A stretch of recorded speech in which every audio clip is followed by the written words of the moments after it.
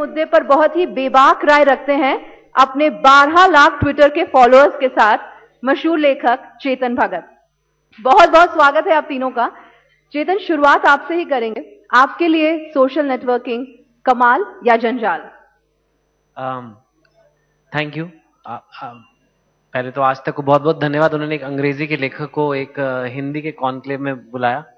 आपने हिंदी में किताब भी लिखी, हम टेस्ट कर रहे हैं आपकी हाँ, हिंदी। नहीं, और नहीं, फिल्में भी हम हिंदी में लिखते हैं, पर बहुत ज़रूरी है क्योंकि हमेशा एक मोनोपली सी बन गई है जैसे इंटेलेक्चुअल थॉट पे अंग्रेजी बोलने वाला, कि अगर अंग्रेजी बोलते हो तभी आप में दिमाग है, जो कि बिल्कुल सही नहीं है। तो इसलिए मुझे बहुत अच्छा लगा कि ये हुआ, क्योंकि ये फीलिंग बहुत यंग बच्चों में होती है और इस चक्कर में वो अंग्रेजी के पीछे भागते रहते हैं कि वो बेटर है। Anyway, coming back to the topic, देखिए मेरे लिए तो ज़्यादातर कमाल ही है सोशल नेटवर्किंग।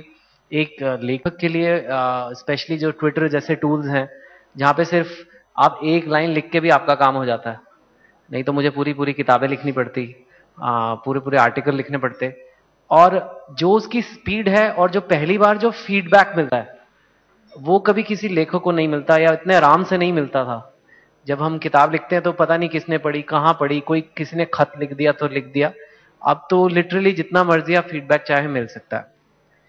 ये तक तो मेरे तक था। आई थिंक हमारे देश के लिए भी काफी कमाल है इससे। जितने भी यूथ हैं बहुत इन्वॉल्व हैं सोशल नेटवर्किंग में, चाहे वो फेसबुक पे हो और अपने दोस्तों से टच में रहना चाहते हो, या ट्विटर पे जिससे वो खबरें लेते हैं। फ्रैंकली टीवी चैनल्स इंपॉर्टेंट हैं, लेकिन बहुत सा यूथ, अगर वो खबर ट्विटर या फेसबुक पे नहीं आई है तो उन्हें नहीं पता होती है। तो आई थिंक उसके लिए भी बहुत कमाल हुआ है। भारत में शुरू से ही हमारे कल्चर में गप्पे मारने का बहुत शौक है। आई थिंक ये हर जगह ही मारते हैं लोग गप्पे, ऐसी बात नहीं है, लेकिन हम लोग कुछ ज्यादा ही मारते हैं। और सोशल नेटवर्किंग गप्पे मारने के लिए बना है। आई थिंक इन्वेंट अमेरिका में हुआ है, लेकिन हमारे गप्पे मारने का मतलब क्या है कि अपने ओपिनियंस देना, अपनी राय देना। कई बार वो राय गलत भी होती है, कई बार वो राय बेबुनियाद भी होती है, लेकिन वो राय देना एक तरह से हमारा भारत का कल्चर कह लो, हमारा हक है, या जो भी कह लीजिए, और वो दी जाती है। अब वो राय कई बार गलत भी होती हैं, कई बार किसी को दुख भी पहुंचा सकती है, किसी को ठेस भी पहुंचा सकती है, लेकिन हमारे देश की महानता कही है या कोई कही है कि हम बोलने देते हैं ज्यादातर तरीके से, अनलेस कोई बहुत ही डायरेक्टली किसी को भड़काए या वायलेंट इंटेंशन से करे, उसके अलावा हम कुछ भी कर सकते हैं। तो वो सोशल मीडिया में भी उसका रूप देखने को मिलता है। एक हिस्सा सोशल मीडिया का थोड़ा इतना साफ नहीं है, इतना अच्छा नहीं है, तो वो मैं मानता हूं। और ऐसे लोगों की निंदा करनी चाहिए जो गलत बातें सोशल मीडिया पे करते हैं या नॉर्मल सोशल इंटरेक्शन में जो बुरी बातें बोलते हैं, उनकी हम निंदा कर सकते हैं, वी कैन क्रिटिसाइज देम। लेकिन एक जो हमारे देश में बहुत खतरे वाली स्थिति बनते जा रही है कि कहीं ना कहीं ये एक्सेप्टेंस आ रही है कि नहीं, इसको भी सेंसर करना चाहिए। किसी चीज को कंडेम करना और उसे क्रिमिनल करार देना में बहुत फर्क है। अपने माँ बाप का आदर करना चाहिए, लेकिन जो आदर नहीं करता है वो क्रिमिनल नहीं है। उसे आप ओछापन कहोगे, उन्हें आप बुरा बोलोगे, लेकिन जैसे ही आप क्रिमिनल करार दे दोगे, उसका एक डायमेंशन ही और हो जाएगा। उसके बाद फिर आपको मॉनिटर करना पड़ेगा कि किसने कैसे बात की, फिर कोई एक जज बिठाना पड़ेगा जो डिसाइड करेगा कि ये क्रिमिनल लैंड में जाता है कि नहीं। तो वो अब कोशिश हो रही है, इंटेंशन ठीक है उस कोशिश की कि सोशल मीडिया का गलत इस्तेमाल ना हो, लेकिन जो तरीका अपनाया जा रहा है कि क्रिमिनल करार कर दिया जाएगा, किसी ने कोई पोस्ट लिख दी, अब वो कौन फैसला कर रहा है कि इससे किसको ठेस पड़ी, कौन इंप्लीमेंट करेगा, कौन है। और उसका भी हमने देखा हाल ही में फेसबुक में जो दो लड़कियों के साथ मुंबई में हुआ, सबको मालूम है, और इतना हंगामा खड़ा हुआ। तो ये बहुत अर्ली डेज है और मैं चाहूंगा कि किसी भी चीज के फायदे नुकसान होते हैं, लेकिन हम फायदों पे ज्यादा ध्यान दें और उसको उसके हाथ पांव ना बांध दें। सोशल मीडिया चीज ही ऐसी है कि अगर आपने इसके हाथ पांव बांध दिया तो वो सोशल मीडिया रहेगा ही नहीं। अगर मुझे पता है कि ट्विटर में पुलिस चाचा मुझे देख रहे हैं तो मैं वो ट्विटर ठीक से डालूंगा ही नहीं, या फेसबुक पे लोग बंद कर देंगे अपनी राय देना, और बहुत बहुत बड़ा नुकसान होगा भारत को इससे, जिससे कि ट्रू ओपिनियन नहीं आएगा। मैं कहूंगा कि पॉलिटिशियंस को भी इससे नुकसान होगा, because today you can go to Twitter और फेसबुक, ऑफकोर्स पूरे भारत को रिप्रेजेंट नहीं करता, लेकिन एक काफी बड़े सेक्शन का आप मूड देख सकते हैं वहां 5 मिनट में। अगर आप उस पर, अगर क्लास में टीचर नहीं है तो जो बातें होती हैं वो ज्यादा सच होती हैं। अगर टीचर बैठा है और बोल रहा है चलो बातें करो, मैं सुन रहा हूं क्या बोल रहे हो आप लोग, तो ऑब्वियसली वो बातें काम की नहीं होंगी, वो फिर फॉर्मल बातें होंगी। तो इसलिए मैं यही चाहूंगा कि जंजाल जैसे शब्द, मतलब जंजाल तो बहुत ही खतरनाक ऐसे 80s की हिंदी मूवी का शब्द है कि जंजाल, ऐसा कोई जंजाल नहीं है। ठीक है, कुछ घटिया लोग हर जगह होते हैं और वो सोशल नेटवर्किंग पे भी होते हैं, लेकिन हम इसे कमाल ही माने और इस पे ऐसे रिस्ट्रिक्शंस ना लगाएं, नहीं तो हमारे देश का बहुत नुकसान होगा और हमारी कल्चर के खिलाफ होगा। और हमारे भारतीयों में 100 नुक्स होंगे, लेकिन एक है कि सामने वाले को हम अपनी बात बोलने देते हैं, वो हम बंद नहीं कर सकते। ये मेरे व्यूज। चलिए किरण जी आपके पास आएंगे। रेगुलेशन की बात कर रहे हैं, एक बहुत बड़ा मुद्दा है कि क्या सोशल नेटवर्किंग जो है उसको रेगुलेट किया जाना चाहिए या ये संभव भी है या नहीं। आपने पूरे आंदोलन के दौरान इस माध्यम का इस्तेमाल किया, आप लगातार सरकार और अन्ना के बीच जो बात हो रही थी उनको ट्वीट कर रही थी, उनकी सेहत के बारे में। तो ट्विटर की ताकत को आपने कैसे आंका जब आपने इसका इस्तेमाल किया? इस मीडियम की ताकत को आप कैसे देखती हैं? 5.25 लाख लोग आपके फॉलोअर्स हैं। मैंने इस विषय पर 3 बातें सोची हैं और ये बात जो आप पूछ रहे हैं उसका जवाब उसमें इंक्लूडेड होगा। पहली बात तो ये मेरी फीलिंग ये है कि जो साइबर स्पेस की आज बात कर रहे हैं वह एक रियलिटी, एक रियल वर्ल्ड बन गया। पेपर वर्ल्ड से अब हमको साइबर स्पेस में ले गया और ये बढ़ता ही जाएगा। एक बिल्कुल पैरेलल वर्ल्ड बन गया। जो हर चीज एक कागज पे होती थी, फाइल पे होती थी, सामने आमने सामने मिलके होती थी, अब बिल्कुल एक दूसरी दुनिया एक रियल बन चुकी है, जिसको जितनी जल्दी हम रिकग्नाइज करें वह है। और जिसको हमने रिकग्नाइज किया अन्ना हजारे की मूवमेंट में, उस 3-4 चीजों में, ये मूवमेंट ये क्विक है, बहुत जल्दी है, बहुत आसान है। मैं बहुत जल्दी आसानी से अन्ना के हजारे जी के साथ बैठे हुए मैं मैसेजेस दे सकती थी। इनएक्सपेंसिव, मुझे कोई कीमत नहीं थी, मेरे कोई एक्सपेंस नहीं था। अनोनिमस भी थी, लेकिन मैं अनोनिमस नहीं थी, मेरा ट्विटर हैंडल था, लेकिन मैं एक अनोनिमस नाम भी अपने आप को दे सकती थी। परवेसिव भी थी, हर जगह फैली हुई थी, एकदम जो जाता था सारी दुनिया में जो भी उस ट्विटर हैंडल के साथ कनेक्टेड था वो जोड़ सकता था, और वो ग्लोबल था। ये ये एक हकीकत है इस सारी इंटरनेट स्पेस की, जिसको हम ट्विटर कहें, ब्लॉग कहें, फेसबुक कहें, ईमेल कहें, कुछ भी किसी तरीके से भी यूज करें। अब जंजाल कब बनता है, कॉम्प्लेक्स कब होता है इश्यू? सवाल उठता है कि जब मैंने ये देखा एज ए पुलिस ऑफिसर कि हम कानून तो बना लेते हैं, लेकिन कानून का एक इकोसिस्टम होता है, जो इकोसिस्टम आते आते बड़ा समय लगता है, और उस इकोसिस्टम के भाग है।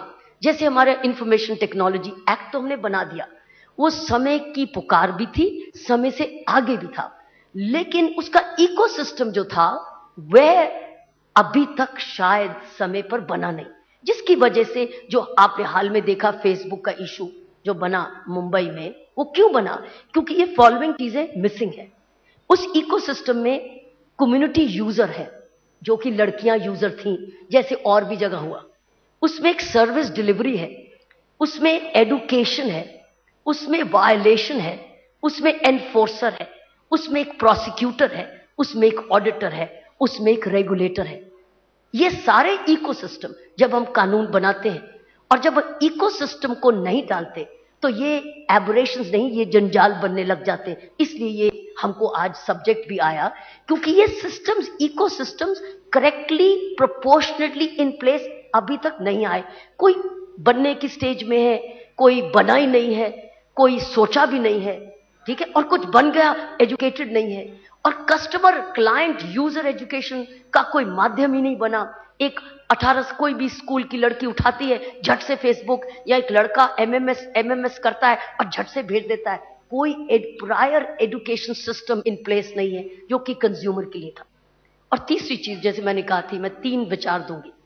तीसरा जो ये है कि बड़ा इंपॉर्टेंट ये है कि हमारी सोशल, इसके लिए इस इकोसिस्टम से एक बड़ी इंपॉर्टेंट चीज निकलती है जो कि सोशल मीडिया पॉलिसी। क्या हमने एक social media policy in place की है? मैंने जब आपका ये दोनों लड़कियों का फेसबुक आया तो मुझे आप में से कई टेलीविजन के, जब मैं प्रोग्राम में गई तो मैंने उनसे पूछा कि क्या इन दोनों लड़कियों को जब पुलिस ने गिरफ्तार किया तो क्या कोई पॉलिसी थी पुलिस हेडक्वार्टर की कि जब ऐसी कंप्लेंट आए तो हमने तुरंत अरेस्ट करना है, अंडर इन्वेस्टिगेशन करना है, लीगल ओपिनियन लेनी है, क्या करना है? इसकी कोई पॉलिसी है? तो मैंने देखा बाद में स्टेटमेंट क्या आई, अब सीनियर जब तक क्लियर नहीं करेंगे अरेस्ट नहीं होगी, लीगल ओपिनियन नहीं लेंगे तो अरेस्ट नहीं होगी। क्या ये पहले था? 2 दिन हुए मैं अपने मुंबई के एयरपोर्ट में थी, मुझे एक गाड़ी की वेट करते हुए एक पुलिस ऑफिसर मेरे पास आया, madam can I help you? मैं कहा श्योर, बट मेरी वेट, कोई बात नहीं, मुझे हेल्प नहीं चाहिए। लेकिन मैंने उससे प्रश्न पूछ लिया, वो एक सीनियर पुलिस ऑफिसर था। मैंने उससे पूछा, आपकी कोई इंफॉर्मेशन टेक्नोलॉजी ट्रेनिंग एक्ट की ट्रेनिंग हुई? तो उसने मुझे जवाब क्या दिया कि मैडम ट्रेनर हो तो तब ना, ट्रेनर ही नहीं है, और ट्रेनर भी कैसा? तो दैट मीन्स इकोसिस्टम में वो कमी थी। कानून आ गया, क्या हमने एडुकेट किया, पॉलिसी बनाई और हमने कुछ guidelines the? So this is the key. और ये सोशल मीडिया पॉलिसी है, ये आज हर कॉर्पोरेट को भी चाहिए, हर डिपार्टमेंट को चाहिए, हर एनजीओ को चाहिए, क्योंकि कोई भी क्लाइंट उस मीडिया पॉलिसी से हट के कुछ ऐसी चीज गलत कर देता है तो अब वाइकेरियस लायबिलिटी भी आ सकती है उसके ऊपर। आपकी गलत ब्लॉग पे आपकी कॉपीराइट वायलेशंस भी हो सकते हैं। सो इट्स एक बड़ा जबरदस्त एक सोशल मीडिया पॉलिसी की जरूरत है। उसके लिए हमको एडुकेट करना पड़ेगा और लोगों को तैयार करना पड़ेगा। तो मैं 3 चीजें मुख्य कहना चाहती थी, लेकिन मैंने आपको बताया कि मीडिया में खासकर कैंपेन्स में अगर हम सही तरीके से इसको तरीके लिए, जिसको कहते हैं नेट एटिकेट, एक तो है एटिकेट, एक नेट एटिकेट से अगर हम अपने मैसेजेस को सही तरीके से दें तो इससे ज्यादा पावरफुल टूल नहीं है, क्योंकि इससे ज्यादा फास्ट कोई नहीं है, इनएक्सपेंसिव कोई नहीं। चलिए मनीष, आपसे जानना चाहेंगे, आपने चेतन को सुना, किरण जी को सुना, दोनों कमाल ज्यादा कह रहे हैं क्योंकि जो कनेक्ट है वो बहुत ज्यादा है, लेकिन जो आम आदमी है उसको लगता है कि चाहे वो केंद्र सरकार हो या राज्य सरकार हो, वो इस मीडियम को अपना दुश्मन मानती है। हाल के जितने उदाहरण हमारे सामने हैं, जबकि इसका इस्तेमाल अपने सूचना तंत्र को और मजबूत करने के लिए किया जा सकता है। देखिए, आपने एक बहुत बुनियादी सवाल उठाया है, और अगर मेरी हिंदी में कुछ गलती हो तो आप क्षमा कीजिएगा, क्योंकि मैं एक हिंदी भाषी प्रदेश से नहीं आता। देखिए, ना ही ये कमाल है और ना ही ये जंजाल है, ये तो विज्ञान का एक चमत्कार है, और इस चमत्कार को सब लोगों को गले लगाना चाहिए। मार्च ऑफ टेक्नोलॉजी है, बदलाव है। और आपको याद होगा कि जब हम लोग छोटे थे, हम सबने पढ़ा था कि जब प्रिंटिंग चीन और जापान से होती हुई यूरोप पहुंची थी और किताबें छपने लगी थी, तो उस समय वहां की जो चर्च थी उसको इससे बहुत बड़ा खतरा महसूस हुआ। उसके खिलाफ कानून बने, इंक्विजिशन कोर्ट्स बने, लोगों को सूली पर चढ़ाया गया। पर जैसे जैसे इसका विस्तार होता गया, ये व्यापक होती गई, वैसे वैसे लोगों को लगा कि ये एक बहुत रचनात्मक बदलाव आया है, और उसने भाषा के क्षेत्र में, पढ़ाई के क्षेत्र में, पूरे विश्व में एक क्रांति ला दी। तो मैं किरण जी की बात को बहुत ध्यान से सुन रहा था। पिछले 1 दशक में जो संचार के माध्यम है, जिसको अंग्रेजी में कम्युनिकेशन पैराडाइम कहते हैं, वो बहुत तेजी से बदला है। आज इस मुल्क में 852 ब्रॉडकास्टर नहीं है, शायद 8 करोड़ 52 लाख ब्रॉडकास्टर। हर व्यक्ति जिसके पास मोबाइल फोन है, उसके ऊपर ट्विटर है या फेसबुक है, वो अपनी बात दूसरे तक पहुंचा सकता है। तो एक बहुत बड़ी क्रांति हुई है इस क्षेत्र में, और उसमें चाहे सरकार हो, चाहे समाजसेवी संस्थाएं हों, और चाहे बुद्धिजीवी हों। बुद्धिमती इसी में है कि इस बदलाव को गले लगाया जाए। अब इसके 2 पहलू, एक पहलू कि इसका रचनात्मक इस्तेमाल हो सकता है, और दूसरा इसका जो इस्तेमाल है वो नकारात्मक गतिविधियों के लिए भी हो सकता है। पिछले दिनों जो बेंगलुरु में हुआ या चेन्नई में हुआ, वो वाकया हम सबके सामने है। सरकार ने कुछ कानून बनाए, कानून आज से 12 वर्ष पहले बने थे। अब कानून के पीछे मंशा और उसके ही क्रियान्वयन में फर्क है। अगर कानून सही है, कानून बनाने वाले की मंशा सही है और वो क्रियान्वित गलत तरीके से किया जाता है, the process of law is abused, तो जो व्यक्ति ऐसा काम करता है उसके खिलाफ कार्रवाई होनी चाहिए, उसको दंडित करना चाहिए। पर अगर कानून खराब है या कानून बनाने वालों की मंशा सही नहीं है, तो फिर ये एक बहुत बड़े बहस का विषय है। और मैं इस संदर्भ में कह रहा हूं क्योंकि 66A का बहुत लोगों ने जिक्र किया और जो घटनाएं हुई वो बहुत दुर्भाग्यपूर्ण थी, पर उससे एक चीज निकल के आई कि शायद इसके ऊपर बहस की जरूरत है। अगर कहीं पे कोई संशोधन करने की जरूरत पड़ती है तो एक बहस के बाद, एक आम राय बनाने के बाद उस तरफ भी देखा जा सकता है। पर बुनियादी जो सवाल आपने उठाया है कि चाहे सरकार हो और चाहे कोई और संगठन हो, ये एक बहुत ही क्रांतिकारी संचार का माध्यम आम आदमी के हाथ में गया है। इससे ना लड़ना चाहिए, ना झगड़ना चाहिए, इसको अपनाना चाहिए, इसका ठीक इस्तेमाल करना चाहिए और जो लोग गलत इस्तेमाल करते हैं उनसे कैसे निपटा जाए इसके बारे में सोचना चाहिए। मनीष जी, आपने 66A की बात की। आपने कहा अगर बदलना होगा तो बदलेंगे। कपिल सिब्बल साहब भी ये बात कह चुके हैं कि अगर बदलाव की जरूरत है तो संशोधन होगा, बदला जाएगा। लेकिन उससे बड़ा सवाल यह है कि क्या 66A की जरूरत है? क्या एक अलग कानून की जरूरत है? जो गाली किसी को दे रहा है, जो बदतमीजी कर रहा है, वो तो आईपीसी के तहत भी है। जहां पर गाली और बदतमीजी करने की सजा 3 महीने है, वो 66A के तहत 3 साल है। तो ऐसे कानून की क्या जरूरत है जो परेशानियों को और बढ़ा रहा है? देखिए, मैंने अपने वक्तव्य में आपके समक्ष ये बात रखने की कोशिश की है कि कानून है, कानून बनाने वालों की मंशा है और कानून का क्रियान्वयन। ये 3 अलग अलग पहलू हैं।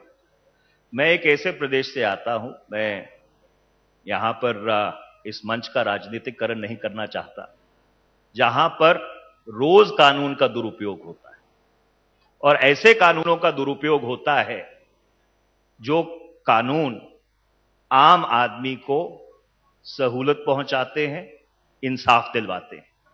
तो क्या मैं यूं मानूं कि वो कानून गलत है या उस कानून का जो दुरुपयोग करते हैं वो लोग गलत हैं?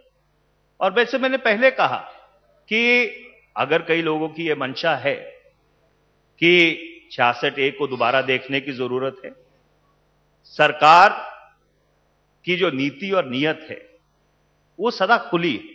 पर मैं आपसे एक सवाल पूछना चाहता हूं और क्योंकि मेरी हिंदी कमजोर है इसको अंग्रेजी में पूछूंगा। देखिए, I have no difficulty with the freedom of speech and expression. मुझे इस बात से भी कोई आपत्ति नहीं है कि जो आपके बोलने की आजादी है या अपने विचार रखने की आजादी है वो मुझे ठेस भी पहुंचाती है। पर अगर मुझे ठेस पहुंचती है, should I have a remedy against that or not?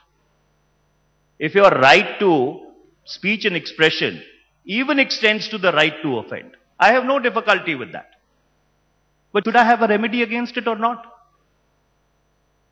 इसके ऊपर भी मुझे लगता है खुले मन से, बगैर इस बहस में पड़े कि कौन रेगुलेट करना चाह रहा है, कौन रेगुलेट नहीं करना चाह रहा, इसके ऊपर भी एक खुली बहस की जरूरत है। किरण जी, आपको लगता है कि सोशल मीडिया में अभिव्यक्ति की जो आजादी है वो एब्सोल्यूट हो सकती है, संपूर्ण हो सकती है?